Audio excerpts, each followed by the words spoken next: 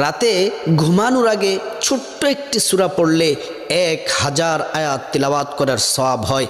আল্লাহ রসুল সাল্লাল্লাহু আলাইহি ওয়াসাল্লাম সাহাবাদেরকে বললেন, হে আমার প্রাণের সাহাবারা, তোমরা কি প্রতি রাত্রে 1000 আয়াত তিলাওয়াত করে কি তোমরা ঘুমাতে পারবে?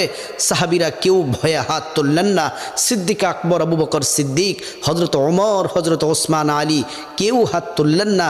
আল্লাহ রসুল সাল্লাল্লাহু আলাইহি ওয়াসাল্লাম বললেন, তোমরা কি কোরআনের সেই ছোট্ট সূরাটি তাকাসুর কি তোমরা কি পাঠ করতে পারো?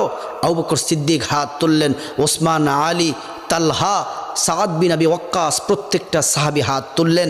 আল্লাহ রাসূল বললেন, ঘুমানোর আগে তোমরা যদি সূরাতুত তাকাসুর, আলহাকুমুত তাকাসুর হাত্তা যুরতুমুল মাকাবির, এই সূরাটি পড়ে যদি তোমরা যদি ঘুমাও, তাহলে তোমরা 1000 আয়াত তেলাওয়াত করলে যে সওয়াব হবে, এই ছোট্ট সূরাটি পড়ে ঘুমালে তোমরা তত বেশি সওয়াব পাবে।